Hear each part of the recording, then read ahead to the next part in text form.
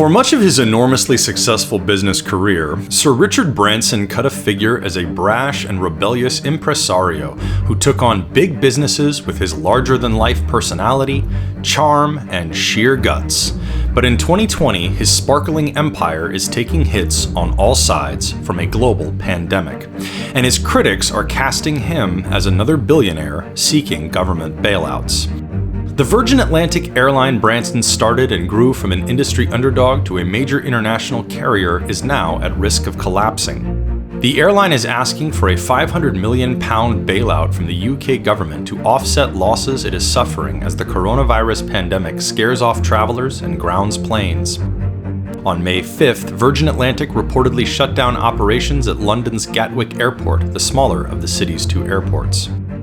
Gatwick has a kind of symbolic importance to Virgin. It was the first hub the company flew out of. The British billionaire in April offered to mortgage his private island in the Caribbean as collateral to save the business.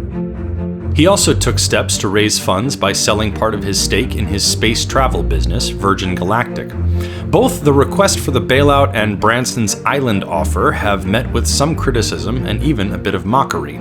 But without new funding, the airline is facing the edge of a cliff. Airline industry insiders worry that it might be the end of an era for Virgin Atlantic, leaving flyers with less choice. But the trouble for Branson does not stop there.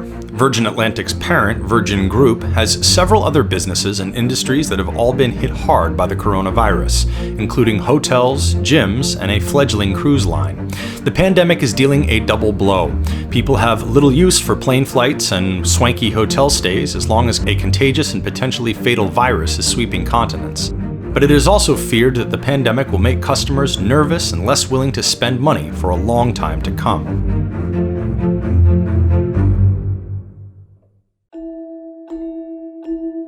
Owned by Branson and his family, Virgin Group calls itself a growth capital investor.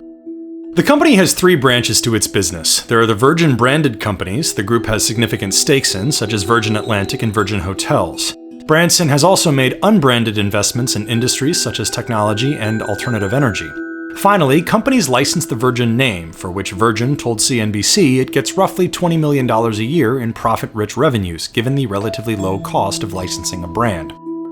About 70,000 people in 35 countries work for companies that are either owned by Virgin or license the name, and Virgin has a portfolio of investments that cover an astonishing range of industries.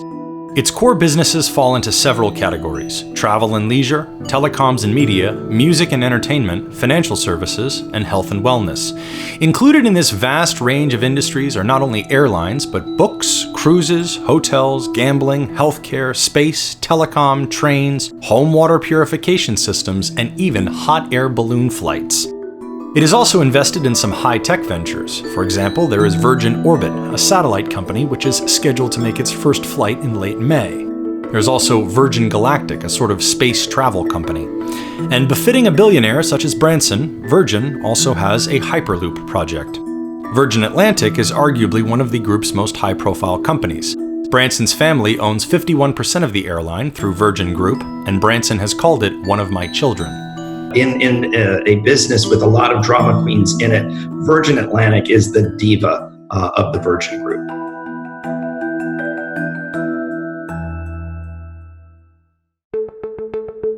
Branson first ventured into the airline business in 1984. The story is that he was on his way to his island to meet with a lovely lady he hadn't seen in weeks when he heard his flight was canceled. And I was livid because I hadn't seen her for 3 weeks. So I went to the back of the airport, I hired a plane, gave them my credit card, hoped it wouldn't bounce. Borrowed a blackboard, wrote as a joke, Virgin Airlines one way, $39 to the Virgin Islands, went out to all the people who got bumped, and I filled up my first plane. And we arrived in the BVI. Somebody said, sharpen up the servers a bit and you could be in the airline business. He later leased one old 747 plane from Boeing and began offering flights. Branson's idea was to bring some glamour and flair to airline travel, and for a long time the brand was considered quite innovative.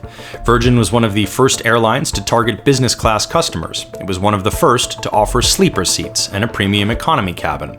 There were in-flight massages and stylish airport lounges for passengers that looked like something out of a design magazine. Virgin called its first-class cabin upper class. High-priced tickets came with chauffeur services and other perks. The idea resonated with new classes of customers and proved disruptive to its larger, older competitors, who often seemed rather drab in comparison.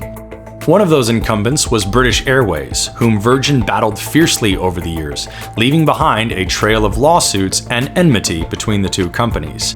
In the 1990s, British Airways admitted in court its executives had engaged in regrettable tactics meant to undermine the upstart. The brand was personified by Branson, the charismatic entrepreneur and daredevil who had gotten his start running youth magazines and nurturing the careers of famous rock bands such as the Sex Pistols. As of 2020, Virgin Atlantic offered flights to destinations all over the world. But getting there, of course, was not easy. Branson's various forays into air travel have brought more than their fair share of struggles and failures. Virgin America has been merged, Virgin Nigeria failed, Virgin Express failed. But the airline business is brutally competitive. It's ruthless.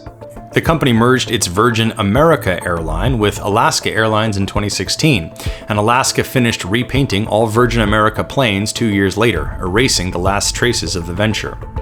Virgin had to scrap a small aircraft service in the UK called Little Red. Virgin Express, an airline that provided shorter flights throughout Europe, merged with a competitor. Efforts to establish a presence in markets such as Nigeria have been plagued by problems, but the company said Virgin Atlantic currently runs routes to the country. Virgin Atlantic has so far managed to survive and even thrive at times, helped by partnerships with other carriers. Singapore Airlines took a 49% stake in 1999, which it turned over to American carrier Delta in 2012. That has allowed the two airlines to coordinate schedules and prices and pool revenues, profits, and operating expenses without risking antitrust violations. A CEO named Craig Krieger had helped stabilize the business and inject some discipline, running it, say some analysts, more like a business and less like a rich man's hobby. By 2015, the airline had flown 5.9 million passengers in a year. That number declined to 5.3 million by 2017, before rebounding slightly to 5.4 million in 2018. While it has a loyal customer base and clever, cheeky marketing, it is still a niche long-haul airline competing with larger players. In recent years, Virgin Atlantic also appears to have scaled back its ambitions. Recent moves to improve financial fitness took away some of the flair that made the airline so unique. Since it received the investment from Delta, the company has dropped many of its routes around the world and refocused on the North Atlantic. So Virgin Atlantic used to be very innovative airline. They were among the first with lie flat seats. They, introduced these clubhouses, in-seat entertainment, but the airline wasn't profitable. And you can give people great meals and great movies, but that if you're not making money, that's not a sustainable business model.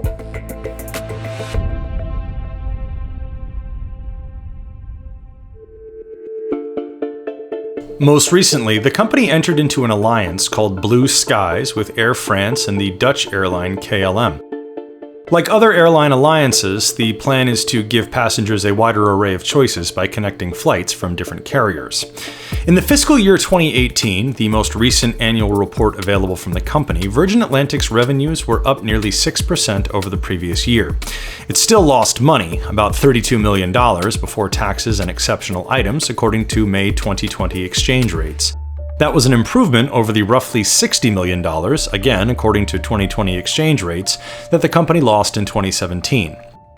Virgin told CNBC the losses in part resulted from hedges on fuel prices and the effects of Brexit on the British pound. Then the coronavirus pandemic struck, and the entire airline industry suffered a severe blow that has left every major carrier grounding planes and deeply short of money.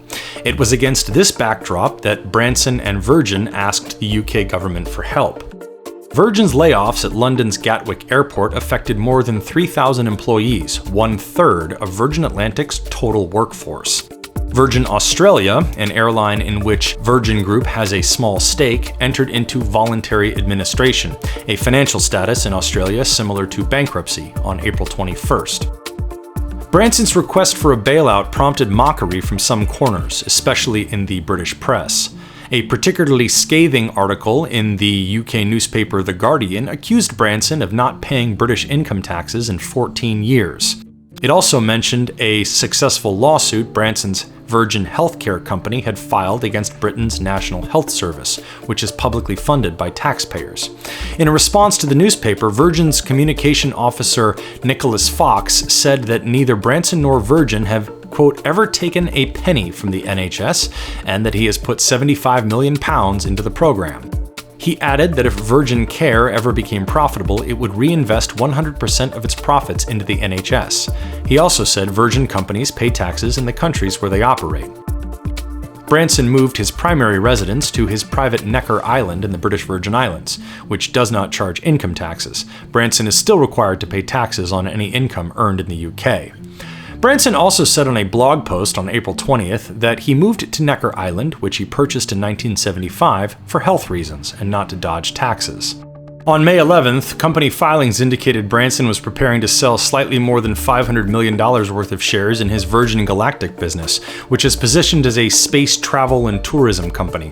That offering would represent just over 20% of Branson's total stake in Virgin Galactic, which as of May 8th was valued at about $2.3 billion. What is clear is that Virgin Atlantic needs cash.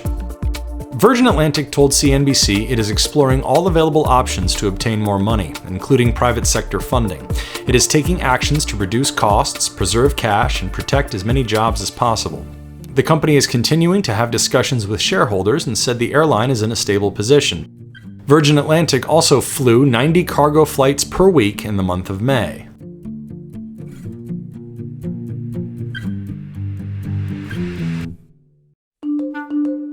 Virgin Atlantic is just one of Virgin Group's many companies in travel, tourism, and other industries severely exposed to pandemic fallout. We don't know exactly how the Virgin Group is structured and to what extent Branson can actually transfer funds from some of his activities to another. There's talk that the group has its thumb in 400 or so pies, different businesses, and that gives you scope for moving money around. And whether he actually wants to do it, I mean, this airline's been losing money now for the last 4 or 5 years, and other airlines have been making profit. Eyes are closely watching the fate of Virgin Voyages, the cruise line aimed at upscale vacationers that Virgin Group had announced it was building with partner Bain Capital in December 2014. Virgin Voyages was intended to bring a lot of the same edginess to the cruise business that Branson had injected into airlines decades earlier. The cruise line's guest cabins are referred to as RockStar Quarters. 2 especially pricey accommodations on the ship, called massive suites, come complete with a separate music room with electric guitars, amplifiers, and a vinyl turntable, as well as a large outdoor terrace with a hot tub, dining table, hammocks, and other private amenities for friends, family, and groupies. Virgin Voyages was supposed to make its inaugural trip through the Caribbean on April 1st. The maiden voyage on the line's Scarlet Lady cruise ship was delayed until August 7th. Then there is Virgin Trains, an intercity rail business which ran for just over 20 years in the UK before being discontinued in that country in 2019. In 2018, Virgin Group licensed its name to a train line in Florida which is being branded as Virgin Trains USA, the only privately owned intercity passenger rail line in the US. The company, which is heavily funded by Fortress Investment Group, has plans to build another network of rails connecting parts of Southern California with Las Vegas. The project depends on cooperation with state governments in California and Nevada, and Las Vegas's economy, which depends heavily on tourism, has been wrecked by the spread of the coronavirus. Branson's Virgin hotel chain is also suffering setbacks from the virus. In early May, the company filed a lawsuit against the owner of its San Francisco property after he said he planned to terminate his 20-year contract with Virgin less than a year after the hotel opened. Virgin's boutique hotel chain had been beset by years of delays already. In early 2020, there were 3 hotels in operation. Virgin was set to open hotels in New York, Nashville, and Las Vegas in 2020, New Orleans and Edinburgh, Scotland in 2021, Miami in 2023, and Palm Springs in 2024. The company temporarily laid off 21 workers at its yet-to-open Nashville hotel on April 5th, according to a Tennessee state government listing. Virgin told CNBC it is still planning to open its Nashville hotel in 2020. The Dallas hotel is open on a limited basis. Virgin Group has suspended memberships at its Virgin Active Health Clubs, a chain of premium gyms it operates in several countries, mainly in the UK, Europe, Africa, Asia, and Australia. The company told CNBC that as of late May, it was beginning to reopen some of the branches in Italy. And of course, Virgin won't be offering any hot air balloon flights until July 1st. Virgin told CNBC it expects Virgin Australia to re-emerge from voluntary administration. It also said many of its investments in travel and leisure are early-stage, long-term investments, and the group has the capital to develop them. The group does have other businesses, such as mobile phone service and mobile payments that customers can use anywhere, even when they're sheltering in place. In 2020, Virgin struck a licensing deal with Spanish telecom operator Euskaltel. It has stakes in telecom businesses elsewhere in the world, including a partnership with Sprint in the US. It also has a stake in a bank in the UK and an employee healthcare service called Virgin Pulse. But Virgin refers to itself as a lifestyle brand, and much of what it sells is an experience and an identity. Its customers can count on Virgin to bring a hip, modern, and playful aura to hotel stays, flights, train rides, and trips to the gym. It is also offering a connection to Branson's own upscale jet-setting image. It cannot do that if people are wary of leaving their homes.